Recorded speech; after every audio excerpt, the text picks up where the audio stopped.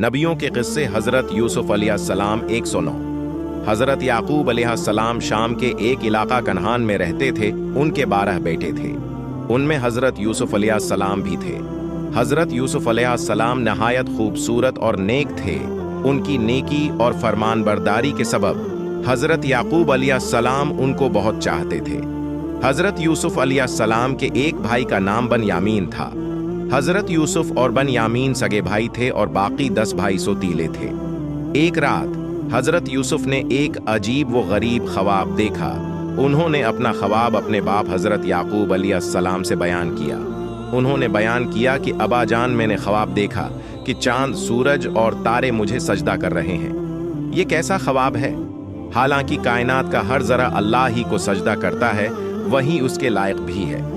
बाप ने बेटे का ख्वाब सुनकर फरमाया, ए यूसुफ, ये एक अच्छा ख्वाब है, अल्लाह ताला तुम्हें बहुत बड़ा मर्तबा बख्शेगा, लेकिन भाइयों से जिक्र न करना हो सकता है कि तुम्हारे भाई तुमसे दुश्मनी करें।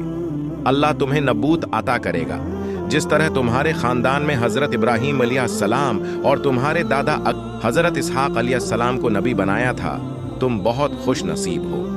ख्वाब सुनने के बाद हजरत याकूब अलैहिस्सलाम अपने बेटे हजरत यूसुफ अलैहिस्सलाम को बहुत चाहने लगे। उनके दूसरे भाइयों में वो खूबी नहीं थी। भाइयों ने देखा कि हजरत यूसुफ अपने बाप के बहुत ज्यादा करीब हैं। भाइयों के दिल में हसद की आग भड़क उठी। इस जमाने में ये रवाज था कि जिस घराने में ज्यादा अफराद हों या जिसकी औलाद की तादाद ज्यादा हुआ से मुआशरे में बरतरी हासिल रहती थी, इसे ताकतूर समझा जाता था, इसे फतहमंदी की अलामत समझा जाता।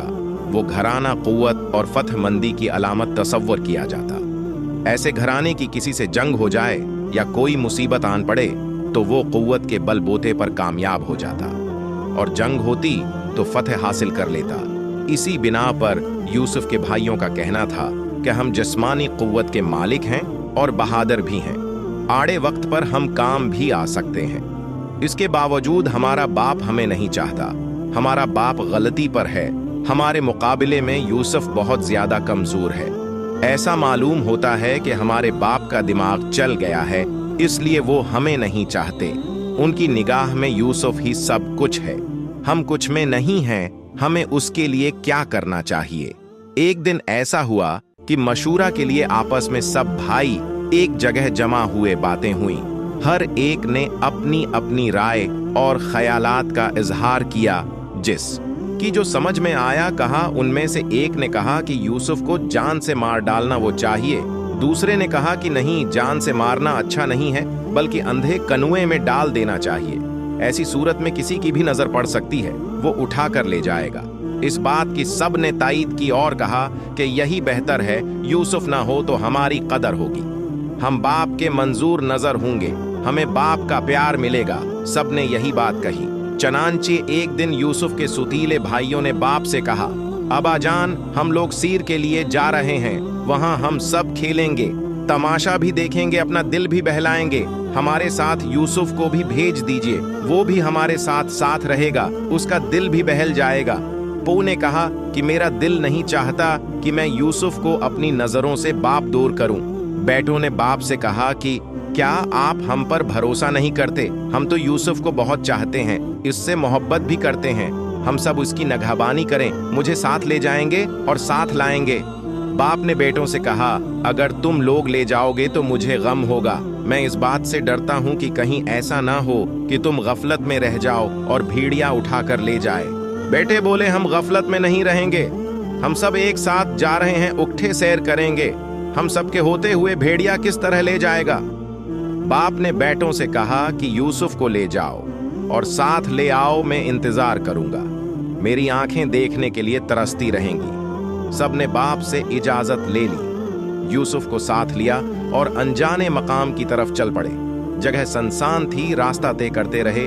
दूर एक कनवा नजर आया। भाइयों में से एक ने कनुए की तरफ इशारा किया।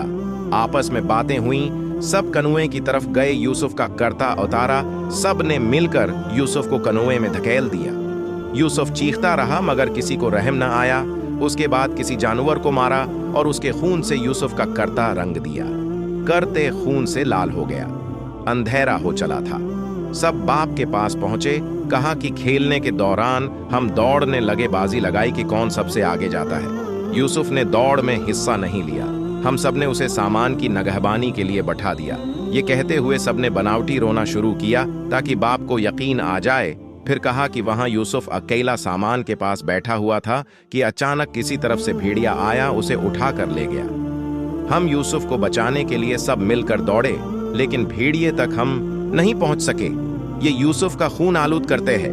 हजरत याकूब अलैहिस्सलाम ने अपने लड़कों से कहा कि मुझे यकीन नहीं आता, जो कुछ तुम लोग कह रहे हो वो झूठ है। मैं अल्लाह से मदद मांगता हूँ कि वो मुझे सब्र जमील अता करे। हजरत याकूब यूसुफ की याद में रोते रहे। भाइयों ने यूसुफ को कनुए में फेंक दिया और वापस लौट आए। अल्लाह की कुदरत ये कि जहां कनवा था, इसी रास्ता से ताजिरों का एक काफिला गुजर रहा था।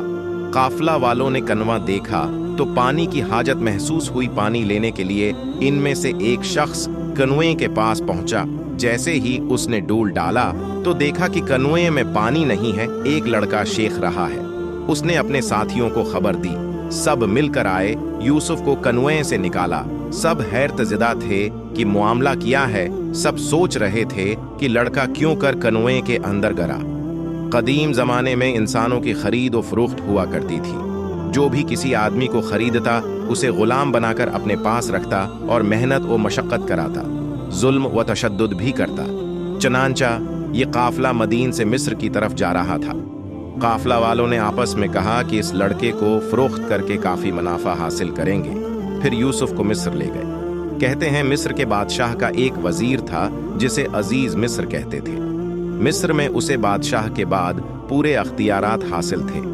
अल्लाह खजाने का महकमा भी उसी के पास था। उसने काफिला वालों से बहुत ही कम मुआवजा देकर खरीद लिया। अजीज यज मिस्र की कोई औलाद भी नहीं थी। ये उसके लिए एक अच्छा मौका था। उसे औलाद की ख्वाहिश भी थी। अजीज मिस्र और उसकी बीवी ने उसे पालना शुरू किया।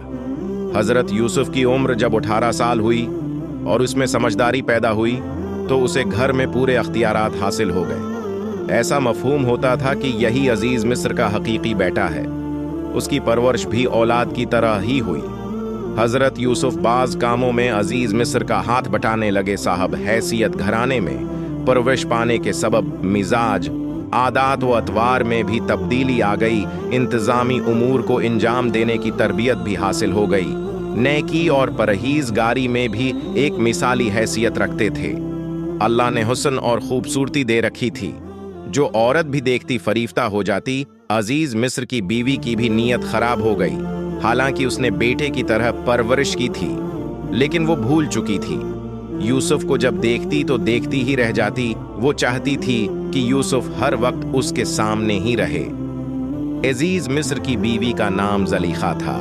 जलीखा ने यूसुफ को तरगीब दी कि उसके करीब हो जाए। जलीखा क्या चाहती है?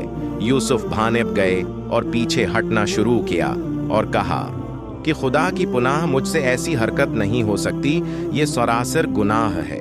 एक दिन जिंजा ने हजरत यूसुफ को कमरे में बुलाकर दरवाजा बंद किया और अपनी ख्वाहिश का इजहार किया तो यूसुफ ने कहा कि मैं अपने रब की पनाह में हूँ। फिर वो कमरे से बाहर निकलने के लिए दरवाजा की तरफ दौड़े तो जलीखा भी उसे पकड़ने के लिए दौड़ी। पीछे से करते का दामन खींच लिया तो करता तार तार हो गया। इत्तेफाक से अजीज मिस्र भी आ रहा था। उसे अचानक आमने सामने देखकर ज़लबना ने झूठ बोलना शुरू किया कि यूसुफ की नीयत अच्छी नहीं है, वो मुझसे बदतमीजी करना चाहता था। मैं दौड़ी। यूसुफ ने जवाब दिया कि मैं बेगुनाह हूँ, जलीखा मुझ पर तहमत लगा रही है। अजीज मिस्र ने यूसुफ से कहा कि मैंने तुम्हें अपनी औलाद की तरह पाला, तुमने उसका अच्छा बदला नहीं दिया। जलीखा ने अजीज मिस्र से कहा कि उसे कैद कर लिया जाए और सख्त सजा दी जाए कि जिंदगी भर याद रहे। इस घराने का एक आदमी सब कुछ समझ गया। उसे जलीखा की बातों पर यकीन नहीं था। वो उसके मिजाज व आदत से वाकिफ था। गर्चा जलीखा की जिंदगी में ये पहला वाकया था। यूसुफ की खूबसूरती ने उसका दिल मोह लिया। उस आदमी ने अपनी दानिशमंदी से अजीज मिस्र का गुस्सा ठंडा किया। उसने कहा कि अगर यूसुफ का कर्ता सामने से फटा हुआ हो तो यूसुफ कसूरवार है, अगर कर्ते पीछे से फटा हो तो जलीखा से गलती सरजद हुई है। अजीज मिस्र ने देखा कि यूसुफ का कर्ता पीछे से फटा हुआ है उसका